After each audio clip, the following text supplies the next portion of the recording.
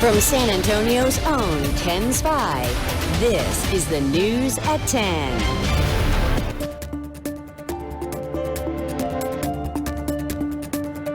We continue to have hundreds of officers, deputies, and to support our staff working every aspect of this emergency, along with air, water, K9, and other assets, conducting search and rescue. And so as we were, preparing for it, unfortunately, the rain hit at the most inopportune time, and right in the most inopportune areas where the North and South Fork hit. It converged, and so here we are. So again, we want to continue to focus on those rescue operations. Trained experts and professionals from the city of Kerrville, from Kerr County, from state agencies and federal agencies are all working together with one goal.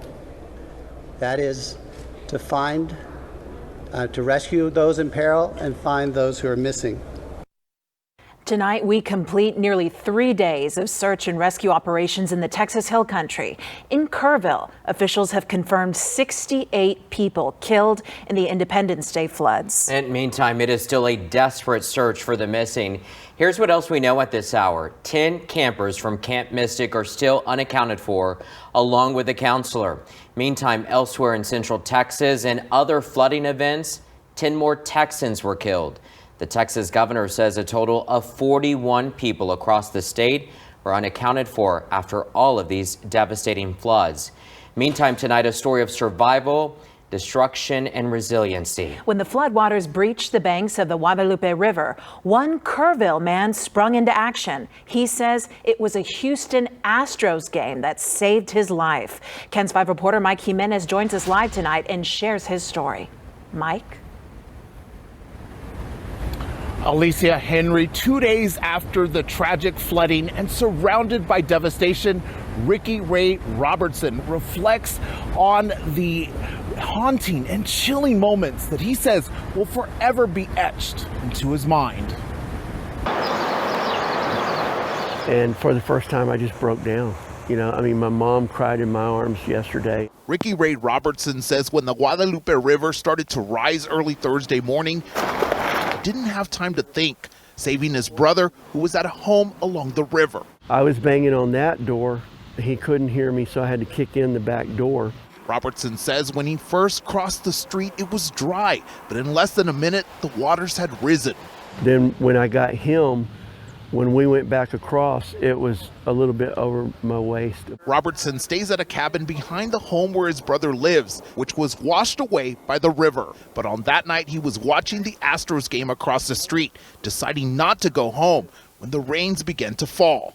Houston Astros and Jesus Christ saved my life. As Robertson scrambled to save what he could, he says he heard screams from the river that he says will haunt him forever. I think what I heard on this river that night was just more mind-blowingly chilling. As the waters have receded, Robertson says several bodies have been recovered near his home and have left behind a trail of destruction. This green shed came from next door. The car came from 9 miles away. The barn and the trailer moved about 30 feet. We lost another trailer and 2 cabins. Robertson says as he reflects on the power of the river and the aftermath of all the chaos and destruction, he isn't lucky to be alive. He's blessed. And a symbol of that still stands. A cross erected 14 years ago after his stepfather passed, and only 10 inches in the ground, it withstood the raging waters. This is eternal. And what it means to me is my faith is stronger than that river. Faith reminding him to stand strong, and by sharing his story, it's allowing him to heal. I need to cry a little bit. I need to break down. I need to let some of this out. You have to breathe, and you do have to realize that we are human. And Robertson also echoed a sentiment that many in the community feel, that no one is to blame for this tragedy. Robertson says when you live along the river, things like this happen. Rivers rise, calling this a natural disaster. Mike Jimenez, KENS 5. Mike, thank you. Well, today more rain was falling in the hill country. Yep, meteorologist Ryan Shoptaw is here tonight. So Ryan, how is that area looking like right now? Yeah, so it's improving, guys. So we are seeing some areas along the Guadalupe River fluctuate a little bit, but overall the radar, it's really starting to thin out, and most of the action right now is southwest of San Antonio, south of Highway 90. Let's take a look. Notice that around San Antonio in the hill country, not much activity. Most of that green you're seeing along I-35 closer to the radar itself is mostly clutter and maybe some drizzle and some light rain. But notice towards Laredo, parts of, let's say, Webb County, and a lingering flood warning that does still be in effect for Eagle Pass. We had a couple of good downpours move through Maverick County in the last couple of hours, but all the showers and thunderstorms out there, they rely on daytime heat to keep going. And the fact that we're cooling down, we're losing the sunshine, and temperatures are cooling down significantly, we're not going to see any more activity overnight. Zooming in, there is still a flash flood warning that's still in effect until 11:30 tonight from the National Weather Service. This does include Bexar, Comal, and Guadalupe County. Any additional rains, especially along the Guadalupe above and below the Comal, that could aggravate things in the next coming hours. But again, I think most of the radar should be quiet tonight. Now, speaking of, look at how much rain fell over the last 12 hours. Radar estimating on average 1 to 3 with some localized pockets near 4 to 5.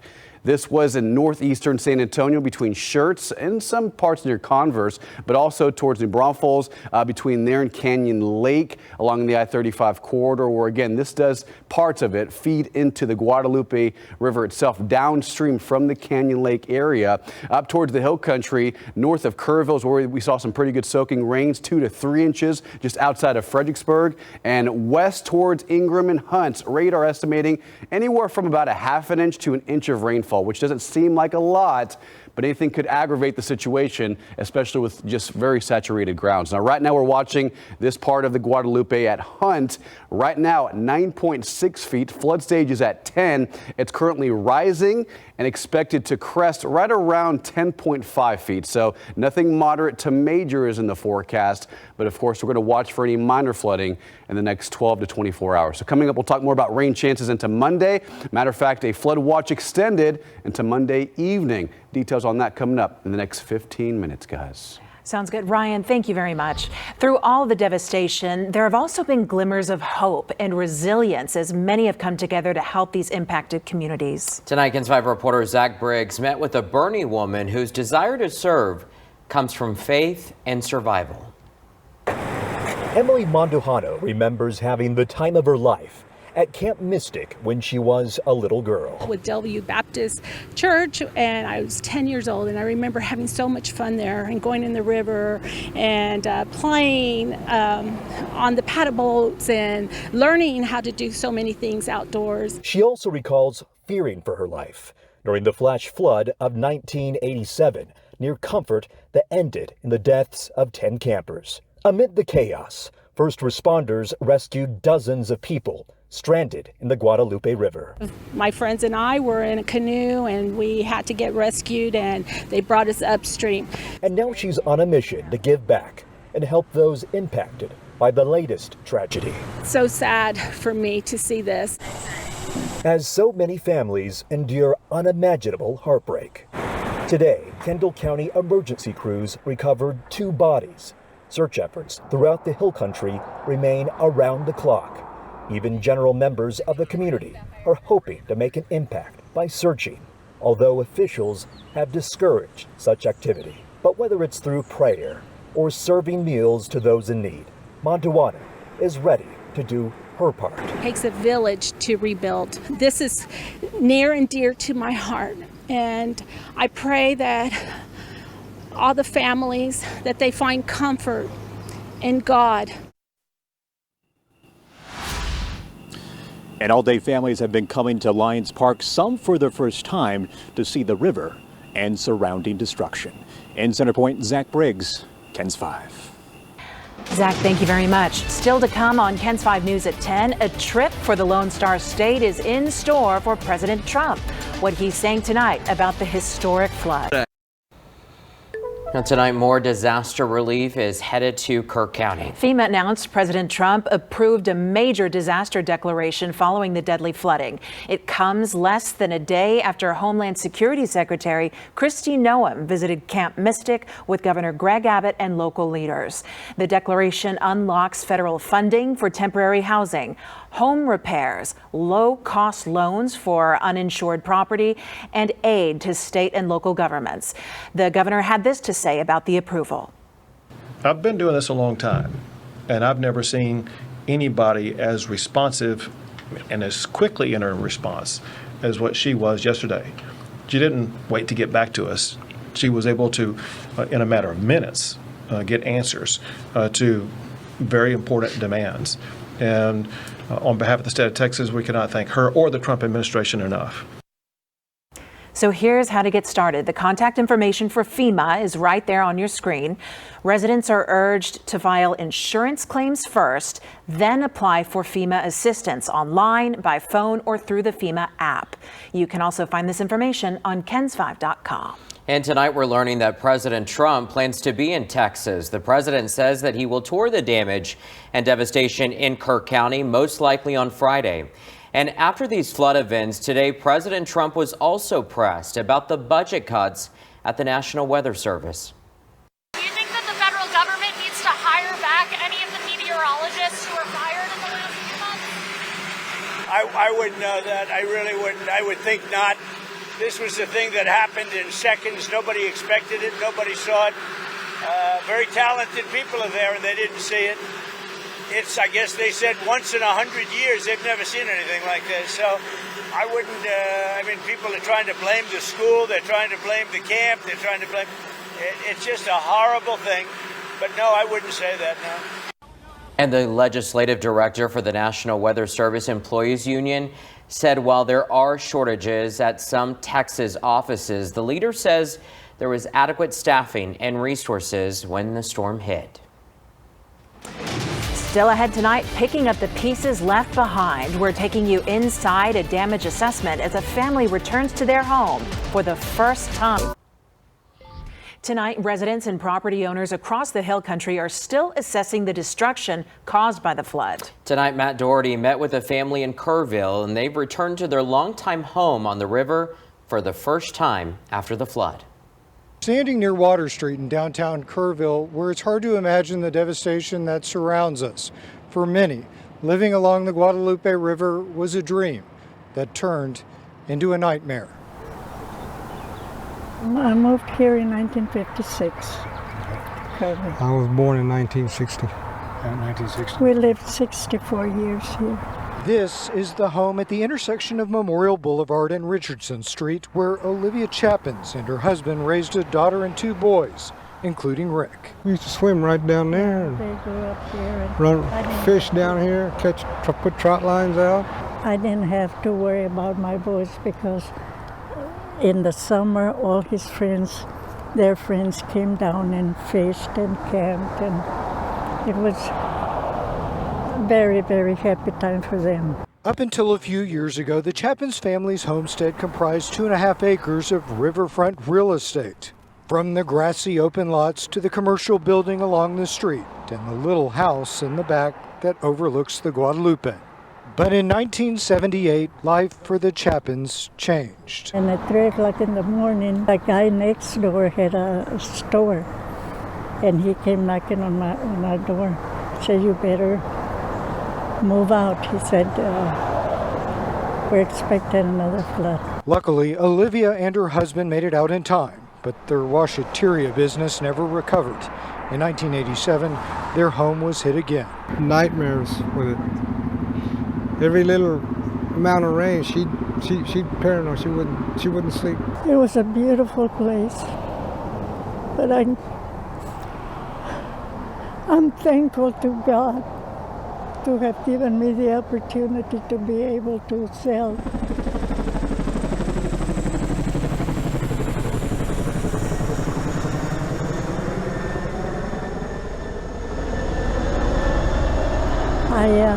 You don't see that too often. My husband died in 22, and we sold it.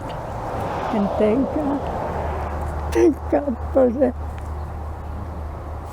Because that was my fear all the time, as much as I love the place. Olivia and Rick have returned to their old house tonight to see the damage left behind from the 4th of July. In 78, 87, and all these little floods, never devastation like today. The 100-year-old cypress trees on the riverbank that Rick climbed as a kid now twisted and toppled. Probably had about 6 feet of water in that house. Mm-hmm.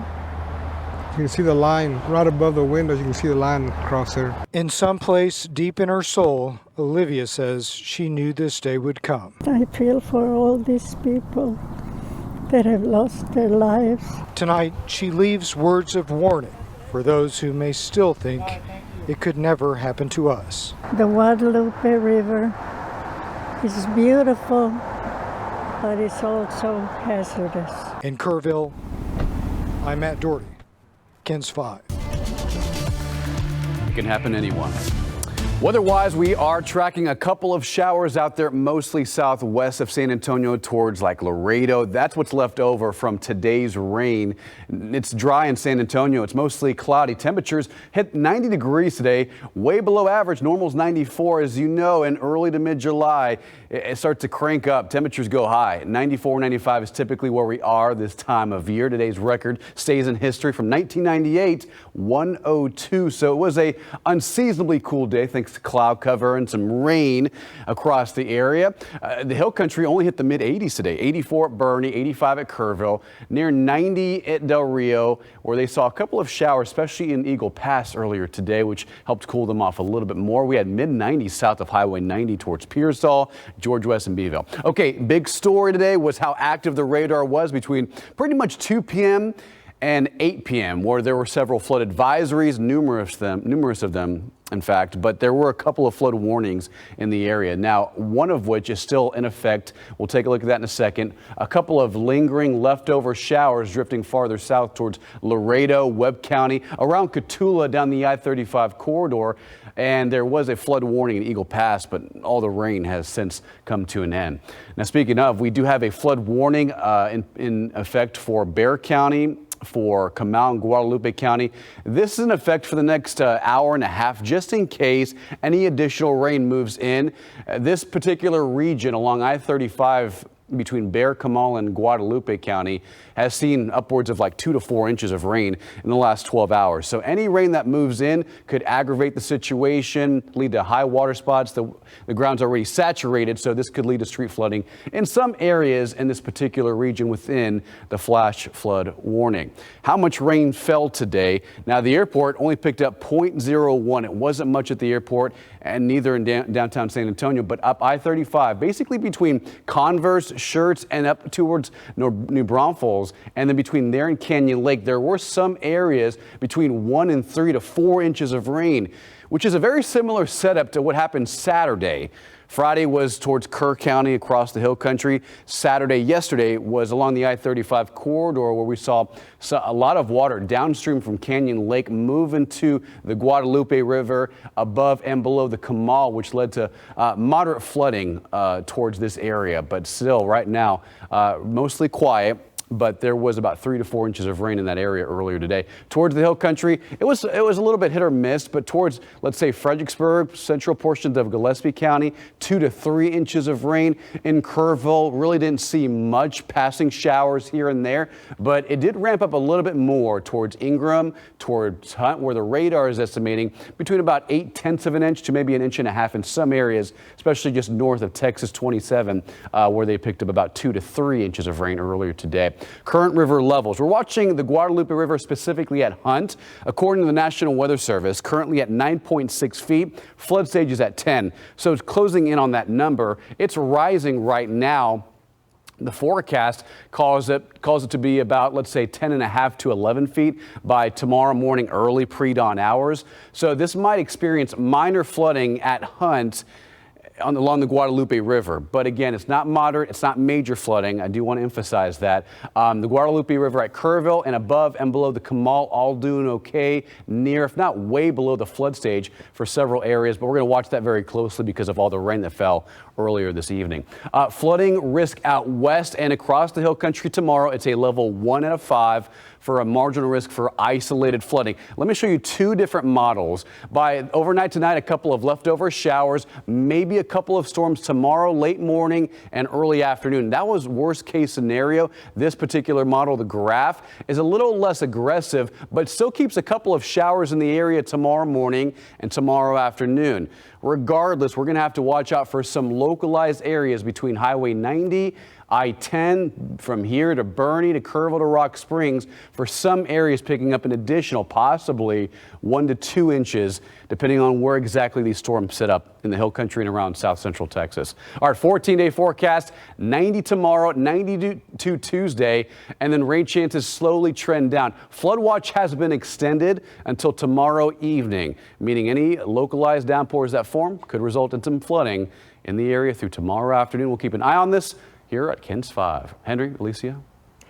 Ryan, thank you. Still to come on KENS 5 News at 10, what the Vatican is saying about the floods and the families in Kerrville, asking for your prayers tonight.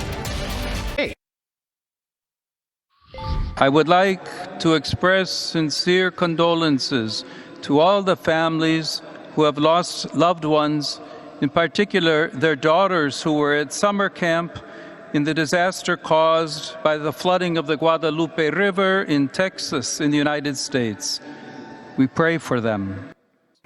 Pope Leo XIV sending prayers to the Hill Country area. He joined Texans today in a day of prayer. They certainly need a lot of prayer. Still ahead in minutes on KENS 5 News at 10:30, how a Texas country music star is raising money and awareness for the Hill Country he calls home. Stay with us.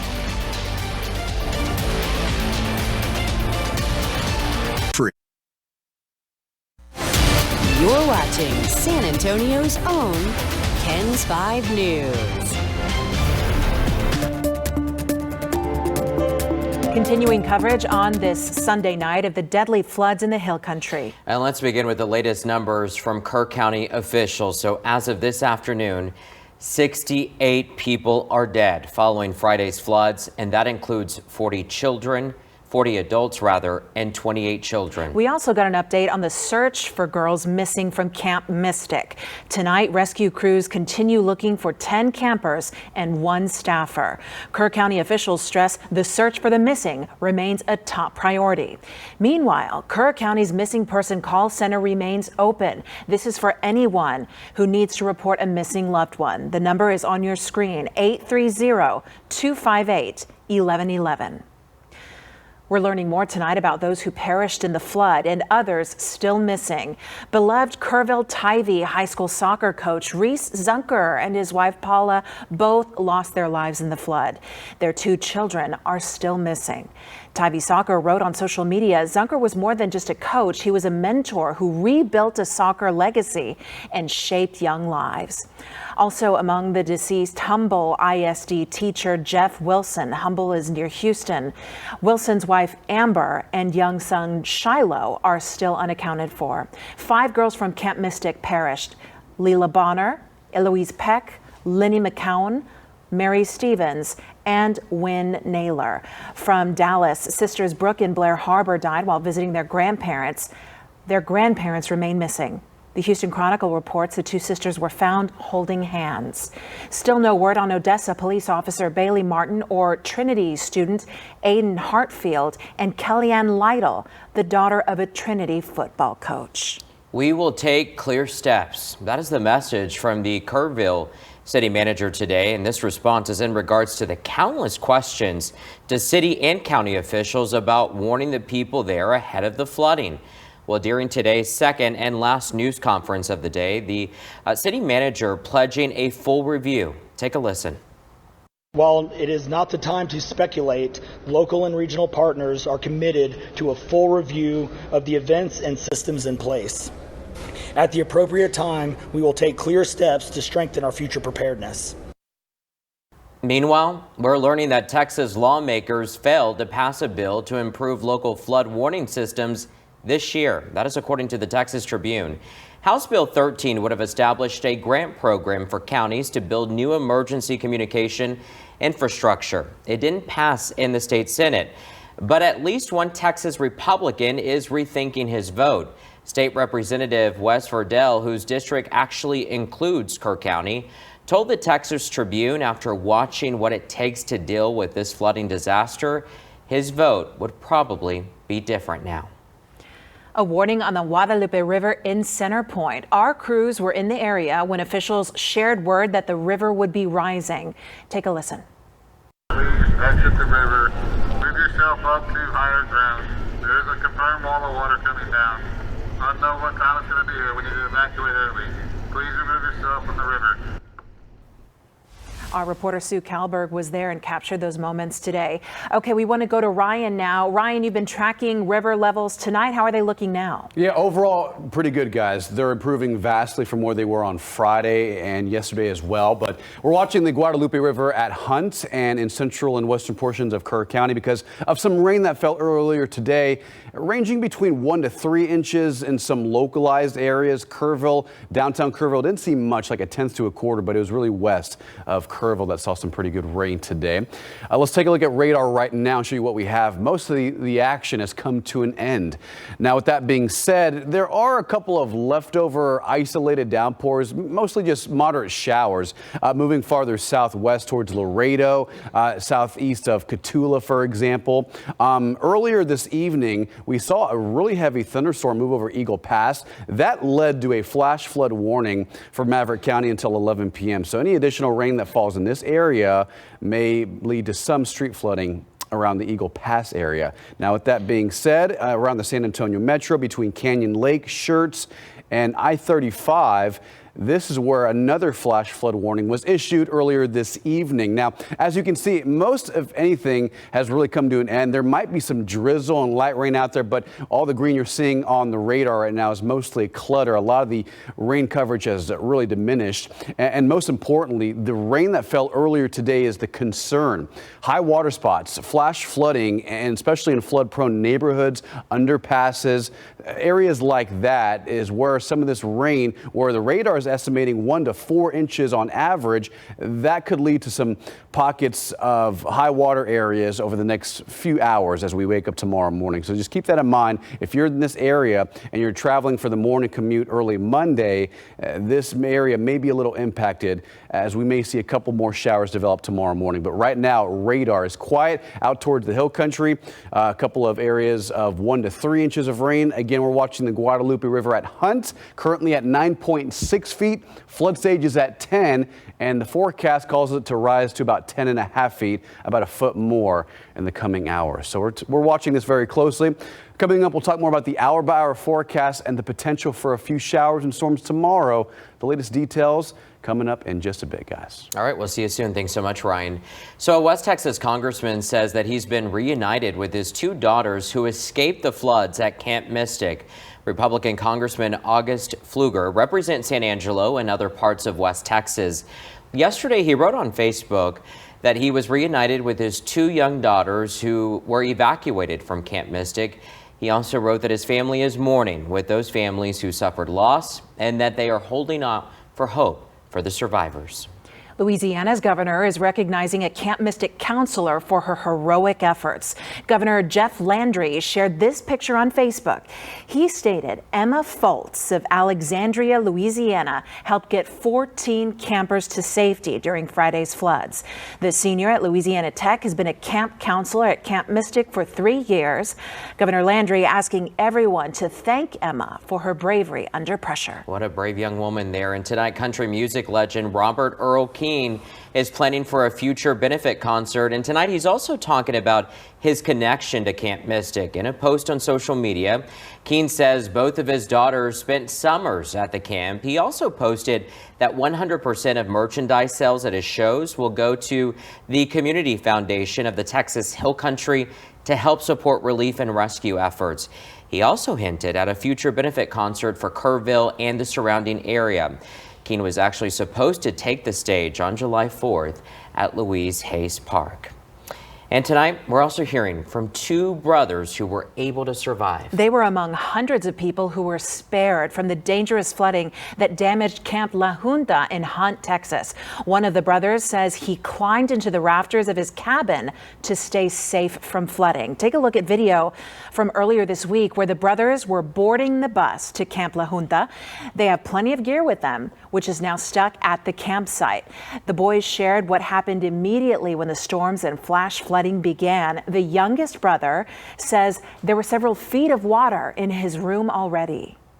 Well, I wake up like 4 in the morning. I hear screaming from outside and later on I find out that someone's cabin flooded and they were outside in the middle of rain. We jumped up to another bed, like a top bunk, and like our bed starting tipping over, and like we got to the top really quick, and then we like this, and then like one of the walls like fall down, and then And just adding to how scary that situation was for them, the boys say they weren't able to talk with their parents because they didn't have their electronics, right? Camp counselors had to move kids from multiple buildings into one. They lost Crocs and shoes and everything. Yeah.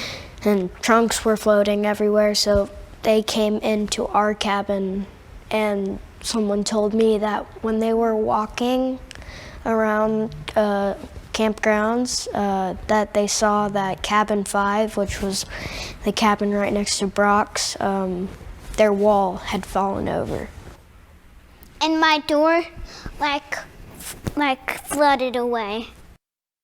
Wow. You know, those parents are holding them tight tonight. Oh, absolutely. The brothers, they went on to say that they're grateful to the counselors and camp leaders who kept them safe, giving them snacks while waiting for officials like the Coast Guard to arrive. It was only when the boys got home that their parents shared with them how devastating, how deadly these floods were, and they were understandably very emotional and upset to hear that news. Yeah.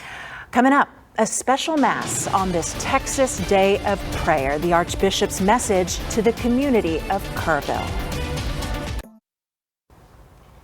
Centerpoint fire crews have been working nonstop helping search for people, but here's what they're also up against. Due to the floods, they lost their building and mostly all their equipment. They say the only reason their trucks were saved is because that they were all out responding to the disaster.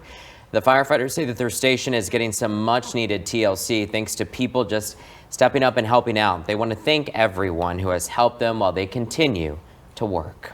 Tonight, the Archdiocese of San Antonio is joining in prayer for Kerr County and the Hill Country alongside the rest of the world. Today, Archbishop Gustavo Garcia Siller held Mass at Notre Dame Catholic Church in Kerrville. This is just some of what he had to say after Mass. Lord, bless abundantly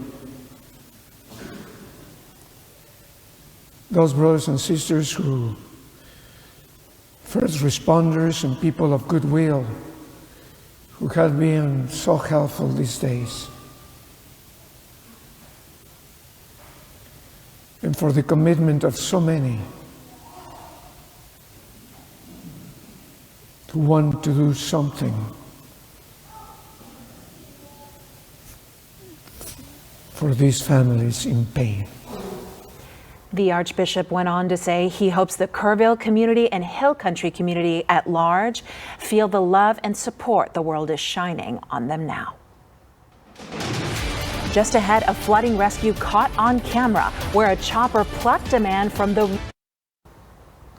Well, tonight, incredible video of a rescue in Kerrville. What you're looking at here is from the U.S. Coast Guard. You can see them pulling up a man from his roof.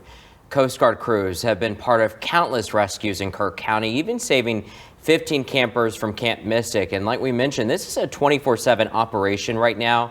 Rescues like you're seeing here are happening around the clock as there is a race to find the missing. Some of San Antonio's own are part of the rescue and recovery efforts happening now in Kerrville. Today, San Antonio Mayor Gina Ortiz-Jones joined our Sunday morning newscast to talk about how resources and people from San Antonio are helping in the Hill Country now. Here is just part of that conversation. In particular, how are we helping? We have sent 17 San Antonio firefighters and a mix of folks, right? Our technical rescue, our medics, our medical officers, as well as a slew of other folks. But those 17 folks have been there for several days. Key equipment that they are also bringing to help with those efforts include an ambulance bus as well as a boat. So those folks have been up there for several days. They will continue to be there to help. I myself have been in contact with the mayor of Kerrville. Again, just expressing my condolences and our continued support. We're all in this together.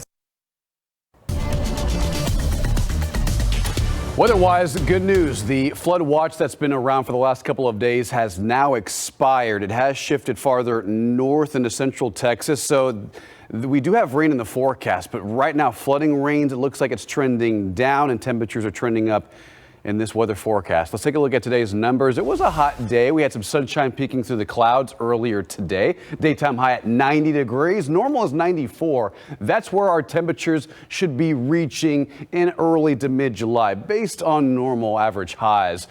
Today's record stays in place from 1998 at 102 degrees. It shows you that early July can easily exceed these numbers, 102 to 103.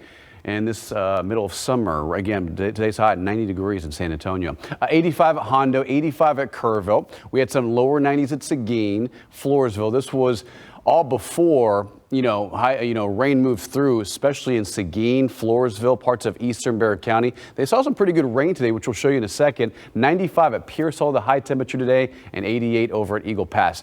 There is the lack of flood watch. There is some up farther north into central Texas, but as you can see, the rain is really coming to an end. And that doesn't mean we don't have rain in the forecast. We will see a redevelopment of widely scattered showers tomorrow, and we'll show you future radar and show you exactly where we're expecting that. So radar, very quiet. There are a couple of showers south and west of San Antonio towards Cotulla, parts of Laredo and along the Rio Grande. Right about here near Eagle Pass, over Eagle Pass, matter of fact, was a heavy thunderstorm earlier this evening that resulted in a flash flood warning, which right now remains in effect for Maverick County. Towards eastern Bexar County, Comal and Guadalupe County is still a flood warning that's in effect until 11:30 p.m. Most of the rain, again, coming to an end. There may be a couple of passing sprinkles, passing areas of drizzle out there, but any rain that forms and moves through this area in the next hour or so could make things a little worse just because of how much rain has fallen in this particular area, northeast San Antonio, not just today, but the last couple of days. I mean, anywhere near Seguin and I-35 has seen a lot of rainfall in the last 48 hours. So right here along I-35, 1 to 4 inches of rain, all funneling into the Guadalupe River above and below the Comal. Here's the hill country. In Kerrville, not too much today, a couple of passing showers, but out west towards Ingram, towards Hunt and central Kerr County, there was some heavy downpours that moved through around the 5 and 6 o'clock hour. Right now, the Guadalupe River at Hunt, 9.6 feet. That's experiencing minor flooding right now. It's expected to rise to about 10.5 to 11. So we're going to watch that very closely. Tomorrow, the flooding risk is marginal and mostly in our western counties. A couple of scattered storms possible in the forecast by tomorrow afternoon, tomorrow evening. So we're going to keep a close eye on that. If you do get caught under a thunder shower, it could easily drop about a half an inch to an inch of rainfall in a short amount of time, which could lead to localized flash flooding. All right, here's your 14-day forecast tomorrow. 90 degrees, 95 Thursday, and 95 Friday as Saharan dust moves in, but we still have the chance for rain Monday, Tuesday, and Wednesday, so we'll keep our eye on the radar in the next 48 hours, guys. Thank you, Ryan. As more information comes in following the devastation in the Hill Country, we know our community wants to help. So many people want to. And so tonight, KENS 5's Kristen Urban with how you can actually give back tomorrow right here in San Antonio. In light of the catastrophic floods that have hit the Hill Country, the need for basic supplies like food and water is evident. But just as important is mental health supplies. In the Ecumenical Center, they have special kits to help. We need a place to go and give back. So an opportunity is here at the Ecumenical Center to help assemble comfort kits. These comfort kits are built with children, families, and first responders' mental health needs in mind. So the comfort kits include bubbles for our children because you have to take a deep breath to blow a bubble, and also includes a mirror for us adults to remember that whatever we're projecting is what our children are seeing. It includes journals and includes coloring, finding means of expression to share what's not only on your heart but in your mind. When it comes to helping in times of need, the Ecumenical Center is no stranger to supporting our community. For the last 67 years, the Ecumenical Center has focused on counseling, mental health, and behavioral health, and bringing peace in a time that is just anything but. The Ecumenical Center wants to allow you the opportunity in bringing peace as well through this volunteering opportunity. Whether it be donating supplies for the kits or assembly of the kits, all help is welcome. We'll be hosting this assembly at the Ecumenical Center at 8310 Hewing Housel in the Medical Center area tomorrow between 3 and 6, and then all day on Tuesday. We invite folks to bring supplies for the comfort kits as well. We're looking for crayons, we're looking for journals. Finding ways and means of expression can make the difference in a healing journey. If you are in need of this mental health resource or healing in general, you can get help during this event or by simply giving the Ecumenical Center a call. They're welcome to come by. They can also give us a call and we'll find a way to get that to them. And once again, all of this supplies is going to be available to the community starting tomorrow from 3 p.m. to 6 p.m. and then on Tuesday from 10 a.m. to 2 p.m. That's also a great opportunity for you at home if you want to volunteer or just donate supplies. We'll have a list of those supplies that you can help donate on our website on KENS5.com. But reporting from the Ecumenical Center, Kristen Urban, KENS 5. A lot of hearts out there that want to help for sure. Thank you.